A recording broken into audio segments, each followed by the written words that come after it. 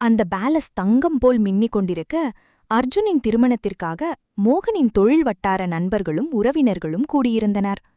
அர்ஜுனின் அறையில் அர்ஜுனுக்கு ஒப்பனை செய்து கொண்டிருந்தனர். காஞ்சனா ஒப்பனையாளர்கள் வராததால் அந்த அறையை இரண்டாக ஆக்கும் அளவிற்கு கத்தி கூச்சலிட்டுக் கொண்டிருந்தாள். அப்போது அர்ஜுனின் பாட்டி அங்கு வந்து, எதுக்காக இப்படி கத்திட்டு இருக்க? மேக்கப் ஆர்டிஸ்ட் ஒரு பிரச்சனை என்று காஞ்சனாவை பார்த்து சொல்லிவிட்டு திரும்பி அவரின் மேனேஜரை பார்த்து, உடனே ஒரு பியூட்டிஷியன்ஸை ஏற்பாடு செய், எவ்வளவு பணமானாலும் ஓகே, உடனே செய் என்று கட்டளையிட அவரின் மேனேஜரும் அவர் சொன்னதைப் போல் செய்ய ஓடினார். அதிதி ஒரு அடர் நீல நிற லெஹெங்கா உடுத்திக் கொண்டவள் மயில் தோகை போல் கூந்தலை விரித்துவிட்டு இரு காதுகளின் ஓரமிருந்த முடிகளை எடுத்து பின்னந்தலையில் அதே அடர் நீல நிறத்தில் பூக்கள் வடிவத்திலுள்ள ஹேர் கிளிப் போட்டுக்கொண்டு அவளின் பால் நிற முகம் ஜொலித்து கொண்டிருக்க அந்த பிரம்மாண்டமான கட்டிடத்தை சுற்றி வலம் வந்து கொண்டிருந்தாள். அவள் செல்லும் வழியில் பல வகையான இனிப்புகள் வரிசையாக வைத்திருக்க அதை பார்த்த அதிதியின் கண்கள் மின்னியது. அதிதிக்கு இனிப்பு என்றாலே மிகவும் விருப்பம். அவளின் அப்பா இறந்த பிறகு இனிப்பு சாப்பிடுவதையே மறந்திருந்தவளுக்கு புதையல் கிடைத்தது போல அனைத்து வகையான இனிப்புகளும் வரிசையாக வைத்திருக்க எதையும் யோசிக்காமல் புன்னகை நிறைந்த முகத்துடன் அங்கிருந்த குலோப் ஜாமுனையும் ரசகுல்லாவையும் ஒரு வழி செய்து கொண்டிருந்தாள். இந்த திருமணத்திற்குப் பிறகு அர்ஜுனின் தொல்லை இருக்காது என்று நினைத்து அவளாகவே கொண்டு வந்த சந்தோஷமோ, இல்லை இறுதியாக ஒரு முறை சிரித்துக்கொள் என்று விதியே அவளுக்கு வழிவிட்டு நின்றதோ, இன்னும் 2 மணி நேரத்திற்குப் பிறகு தன் வாழ்க்கையே தலைகீழாக மாறப்போவதை அறியாத பெண்ணவளோ இனிப்புகளை ரசித்து உண்டு கொண்டிருந்தாள். இவள் இப்படி ஒரு குதூகலத்தில் இருக்க, அறையிலிருந்த அர்ஜுனுக்கு இமயமலையை எவரெஸ்டோடு எடுத்து சுமந்து நிற்பவன் போல் அவ்வளவு டென்ஷனில் இருந்தான். அடிக்கடி தன்னுடைய போனை எடுத்து பார்த்து கொண்டிருந்தான். அவன் எதிர்பார்த்த அழைப்பு இன்னும் அவன் போனில் வரதில்லை. நேரம் செல்ல செல்ல அர்ஜுனுக்கு மூளைக்குள் அழுத்தம் கூடிக்கொண்டே போனது. அதிதி இன்னும் வேறென்னவெல்லாம் இனிப்பு இருக்கிறது என்று ஆராய்ச்சி செய்து கொண்டிருக்க, அங்கே ஒரு சிறிய சாக்லேட் பெட்டி திறக்காமல் இருப்பதை பார்த்தவள் அதையும் கையில் எடுத்துக்கொண்டாள். அப்போது யாழினி அதித்தியிடம் வந்தாள். அவள் தனியாக வந்திருப்பதை பார்த்த அதிதி, என்ன யாழு, நீ மட்டும் தனியா வந்திருக்க, பாரி அண்ணா வரலையா என்று கேட்டாள். யாழினியும் அவளிடம், அவர் ஏதோ முக்கியமான வேலை இருக்குன்னு போயிருக்காரு என்றாள். அதிதி புரியாமல் பார்த்து, அர்ஜுனோட க்ளோஸ் ஃப்ரெண்ட் இங்க வராம அப்படி என்ன வேலை என்று கேட்டாள். என்ன வேலை, எல்லாம் அர்ஜுன் கொடுத்த வேலைதான் என்று மனதில் நினைத்த யாழினி, அது ஒரு பேஷண்ட்ட பார்த்தே ஆகணும்னு ஹாஸ்டலுக்கு போயிருக்காரு, முகூர்த்த நேரத்துக்கு வந்துடுவாரு என்றாள். அதித்தியும் அதை எதுவும் கண்டுகொள்ளாமல் ஸ்வீட்டை எங்கிருந்து எப்படி ஆட்டைய போடலாம் என்று பார்த்து கொண்டிருந்தாள். யாழினி அதித்தியின் தோள் மீது கை வைத்து, அதித்தி, இன்னைக்கு என்ன நடந்தாலும் நீ தைரியமாதான் இருக்கணும், அந்த கடவுள் எப்பவும் நல்லவங்களுக்கு நல்லதுதான் செய்வாரு என்று சொல்ல, அதித்தி அவளை பார்த்து, எனக்கா கல்யாணமாக போகுது, ஏன்கிட்ட இப்படி பேசிட்டு இருக்க என்று சொல்லிவிட்டு அதை அப்படியே விட்டுவிட்டாள். யாழினி சொன்னதை இன்னும் கொஞ்சம் தெளிவாக யோசித்திருந்தால் இப்போவே தப்பித்திருக்கலாம். ஆனால் அதித்திக்கு அதற்கெல்லாம் நேரமில்லை. ஸ்வீட் தான் வேண்டுமென்று தேடிக்கொண்டிருந்தாள்.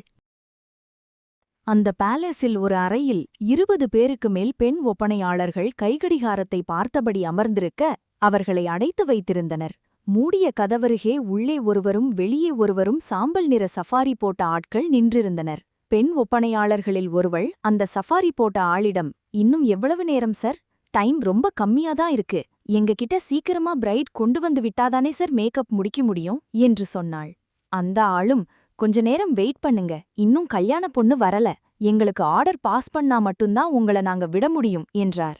அந்த பெண்ணும், அட்லீஸ்ட் பிரைட் போட்டோவாவது காட்டுங்க என்றாள்.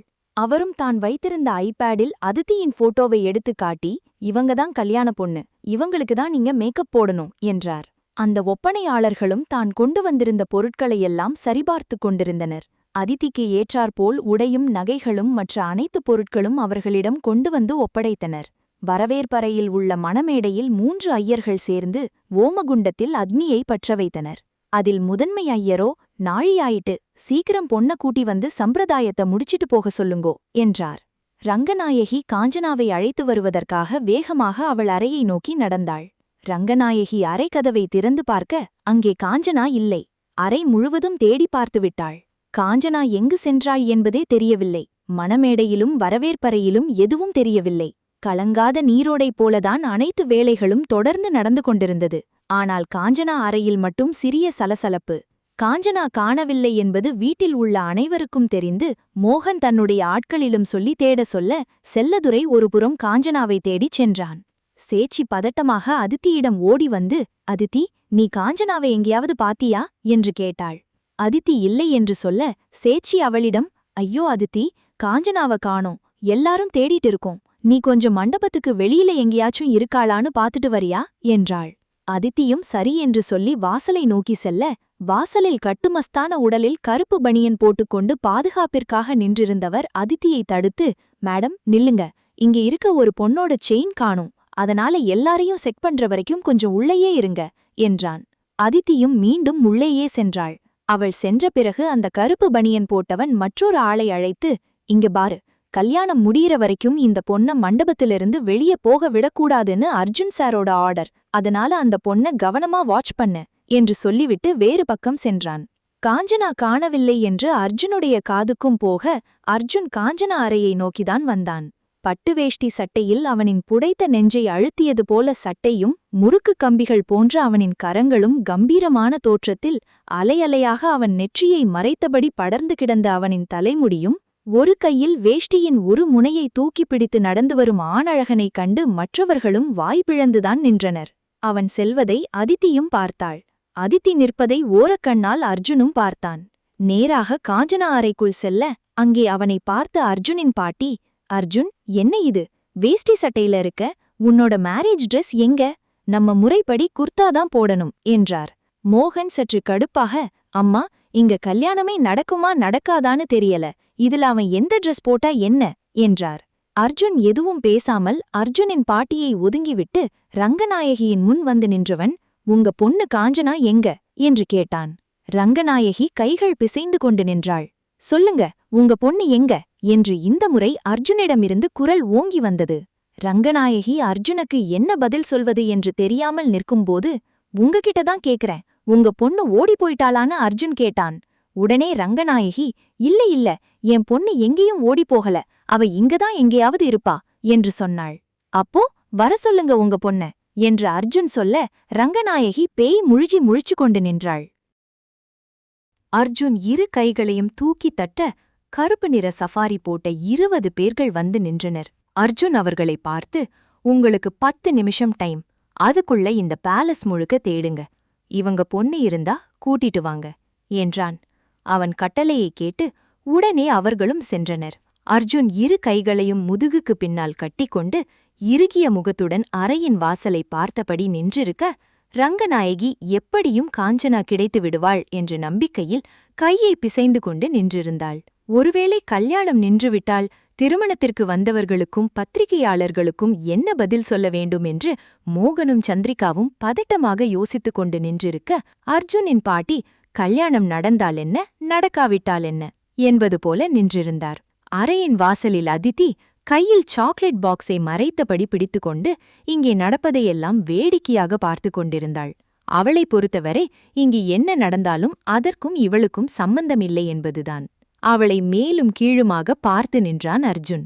அதித்தியின் பின்னால் வந்து நின்ற பாரி மற்றும் டிடெக்டிவ் யாருக்கும் தெரியாமல் அர்ஜுனிடம் கையை மடக்கி கட்டை விரல் மட்டும் நீட்டி வெற்றி குறியை காட்ட, அர்ஜுன் லேசான தலையசைப்பு மட்டும் கொடுத்தான். அதை அதித்தி முதற்கொண்டு யாரும் கவனிக்கவில்லை.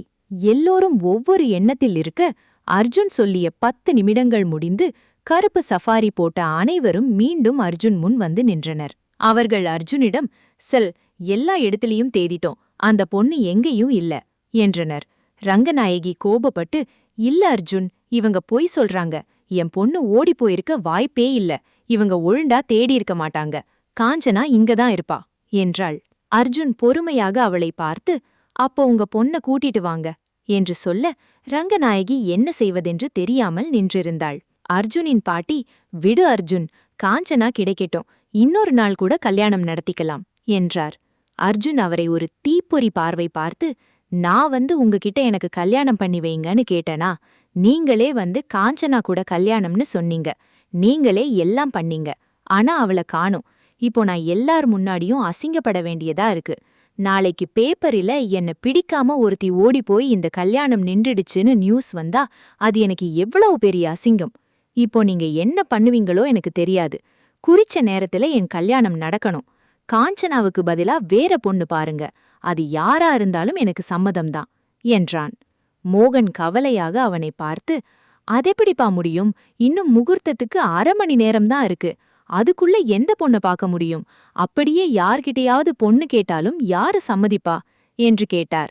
அர்ஜுன் நக்கலாக, சம்மதிக்கிற மாதிரி பொண்ணா பாருங்க என்றான். சந்திரிகா குழப்பமாக, யார் அர்ஜுன் இப்படி ஒரு அவசர கல்யாணத்தை பண்ணிப்பா? அப்படி யார் இருக்கா? என்று கேட்டாள். அதிதியின் பக்கம் பார்வையை திருப்பிய அர்ஜுன், இதோ இவள் இருக்கிறாளே, இவள மணமேடையில உட்கார சொல்லுங்க என்றான். அனைவருக்குமே அதிர்ச்சிதான். அதிதி அர்ஜுன் கொடுத்த அதிர்ச்சியில் விக்கித்து போனாள்.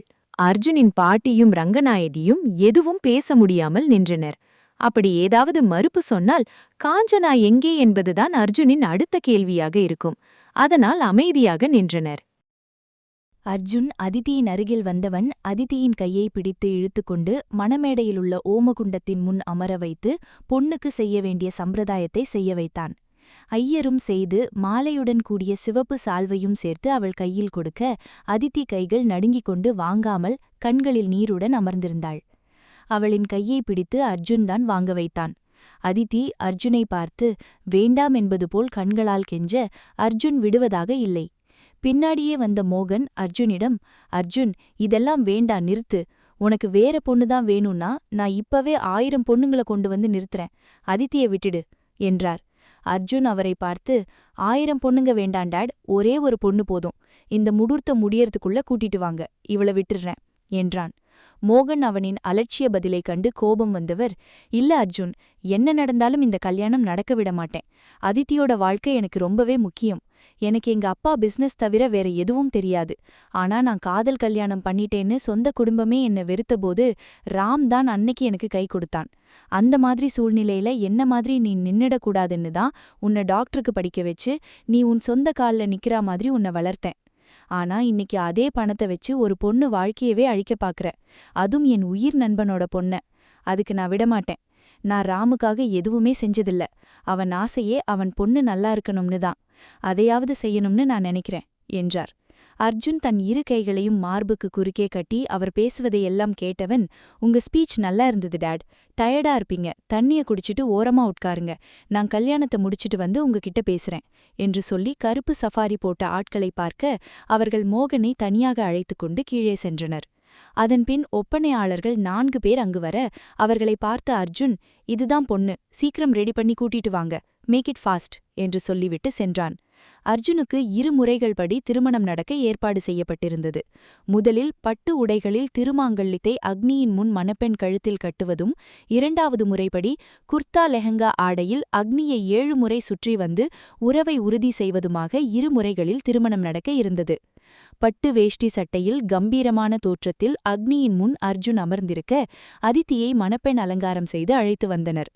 வரமாட்டேன் என குழந்தையைப் போல் அடம்பிடித்தவளை வலுக்கட்டாயமாக அழைத்து வந்து அர்ஜுன் அருகில் அமர வைத்தனர். சுற்றியும் அத்தனை பேர்கள் இருந்தார்கள். பத்திரிகையாளர்களும் போட்டோவை எடுத்துக்கொண்டு ஓரமாக அமர்ந்திருந்தனர். காப்பாற்ற யாருமே இல்லையா என்ற அதிதி மோகனை பார்க்க மோகனை மேடையில் ஏறவிடாமல் அர்ஜுன் ஆட்கள் தடுத்து கொண்டிருந்தனர். பாரியும் யாழினியும் சிரித்த முகத்துடன் அவர்களை பார்த்து பூரித்து கொண்டனர். சந்திரிகாவுக்கும் சேச்சிக்கும் ஒருபுறம் மகிழ்ச்சியும் ஒருபுறம் பயமும் கலந்திருந்தது. அதிதி எழுந்து ஓடிவிடலாமா என்று யோசித்துக் கொண்டு திரும்பி பார்க்க 2 தடியான ஆட்கள் அவளை தப்பிக்க விடாமல் நின்றிருந்தனர். அவள் கழுத்தில் கட்டப்போகும் தாலியை அர்ஜுன் கையில் வாங்க அதிதிக்கு மூச்சடைப்பது போல் ஆனது. அதிதி கண்ணீர் நிறைந்த கண்களுடன் அர்ஜுனை பார்த்து மறுப்பாக தலையை இடமும் வலமும் ஆட்டி வேண்டாம் என்று சொல்ல, இந்த நொடிக்காக காத்திருந்தவன் அவளை எப்படி விடுவான்? அவள் துடிக்க துடிக்க அவள் கழுத்தில் தாலியை கட்டி 3 முடிச்சை போட்டான். அனைவரும் அச்சதை போட்டு அவர்களை ஆசிர்வதித்தனர். எல்லாருமே ஜோடி பொருத்தம் அருமையாக இருக்கிறது என பேசிக்கொள்ள அதிதி உணர்ச்சியற்ற பார்வையில் தன் கழுத்தில் புதிதாக தொங்கிய தாலியை பார்த்தாள். சந்திரிகா மனநிம்மதியோடு பார்த்தாள். ரங்கநாயகியும் அர்ஜுனின் பாட்டியும் கொஞ்சம் விட்டாலும் நெஞ்சுவலி வந்திடும் அளவிற்குதான் அவர்கள் மனநிலை இருந்தது. இந்த கல்யாணத்தில் விருப்பமில்லை என்றாலும் யாராலும் தடுக்க முடியவில்லை. காஞ்சனா காணவில்லை என்பது ஒரு புறம், சுற்றியும் அத்தனை உறவினர்களும் கூடியிருந்தது ஒரு புறம். யாராலும் எதுவும் செய்ய முடியவில்லை. அர்ஜுன் தாழியை கட்டிவிட்டு அவள் நெற்றியில் குங்குமத்தை வைத்துவிட்டான். அதிதி தடுக்கக்கூட முடியாமல் உயிரற்ற பொம்மையைப் போலிருந்தவள் மோகனை அடிப்பட்ட பார்வை பார்க்க அவரோ அவள் முன் தலை குனிந்து நின்றார். அவளின் கையை பிடித்துக்கொண்டு அக்னியை 3 முறை வலம் வந்தான். அதிதி எந்த ஒரு உணர்வும் இல்லாமல் அதையெல்லாம் செய்து கொண்டிருந்தாள். அனைத்து சம்பிரதாயங்களும் முடிய அடுத்த முறை திருமணத்தை நடத்த ஐயர் ஆயத்தமானார். அர்ஜுன் கடுப்பாக, முடிஞ்சிருச்சா என்று கேட்டவன் மாலையை கழட்டி தூக்கி வீசிவிட்டு அவன் அறையை நோக்கிச் சென்றான். மோகனையும் அவர் குடும்பத்தாரையும் நகரவிடாமல் அர்ஜுனின் ஆட்கள் நிற்க, மோகன் அறையில் சிரித்த முகமாக இருந்த பாரியை பார்த்து முறைத்தார். பாரி எதுவுமே தெரியாதது போல் யாழினியின் முதுகுபின் ஒளிந்து கொண்டான். அதிதி ஆத்திரத்தை அடக்க முடியாமல் அர்ஜுனை பார்க்க அவன் அறைக்குச் சென்றாள். அறைக்குள் வந்தவள் கழுத்திலிருந்த மாலையை கழட்டி அர்ஜுன் மீதே வீச, அவனதை ஒற்றை கையால் தடுக்க அந்த மாலை வேறு பக்கம் சென்று விழுந்தது. அர்ஜுன் எதையும் அலட்டிக் கொள்ளாமல் அவன் தயாராகிக் கொண்டிருக்க, அதிதி கோபமாக, என்னை ஏன் இப்படி சித்திரவதை பண்றீங்க? எனக்கு தெரியும், அன்னிக்கு நான் உங்கள அடிச்சேன்னு தான் என்ன பழி வாங்க இப்படி பண்ணிருக்கீங்க. இப்பவே இந்த தாலிய கழட்டி வீசுறேன் என்று சொல்லி அவள் தாலியில் கை வைக்க, அர்ஜுன் தயாராகிக் கொண்டே, நீ அந்த தாலியை கழட்டினாலும் நமக்குள்ள இருக்கிற பந்தம் முடிய போறதில்ல. இந்த ஊர் உலகத்தை பொறுத்தவரைக்கும் நீ என் பொண்டாட்டிதான் என்றான். நான் ஒன்னும் உங்க பொண்டாட்டி இல்ல. என்ன பழிவாங்க நீங்க பண்ண போலியான கல்யாணம் இது. இத நான் ஏத்துக்கவே மாட்டேன் என்று கத்தி அழுதாள். சரி, போய் ரெடியாகு என்று அவன் பேச்சில் அவ்வளவு அலட்சியம். அதிதி கோபத்தில் அவன் சட்டையை பிடிக்க அர்ஜுனுக்கும் கோபம் வந்தது. அதிதி, ஷர்ட்ல இருந்து கையை எடு, யாராவது பாத்துட போறாங்க என்றான். ஏன், பாத்தா உங்க மானம் போயிடும்னு பயப்படுறீங்களா? போகட்டும் என்று அதிதி சொல்ல, அர்ஜுன் அவளை கையை எடுக்க சொல்லிக் கொண்டே இருந்தான். அதிதி பிடிவாதமாக அவன் சட்டையை பிடித்திருக்க, அவன் கை கொண்டு அவளின் பின்தலையை கையால் அழுத்தம் கொடுத்தவன் அவளின் இதழை கவ்விக்கொண்டான். இப்பொழுது அதிதி அவன் சட்டையை விட்டு அவனை விலக்க பார்க்க, அர்ஜுன் அவளின் இடையை அவனுக்கு வாகுவாக பிடித்துக்கொள்ள, அதிதியால் அசைய முடியாமல் அவன் கொடுக்கும் முத்தத்திற்கு ஒத்துழைப்பு கொடுக்க வேண்டியதாக இருந்தது. அர்ஜுன் கணவன் என்ற முழு உரிமையோடு அவளை தொட்டான். தாலி கட்டிய பிறகு தன்னை யார் கேட்கப் போகிறார்கள் என்ற திமிருதான் அவன் கொடுக்கும் முத்தத்தில் அவளுக்கு தெரிந்தது.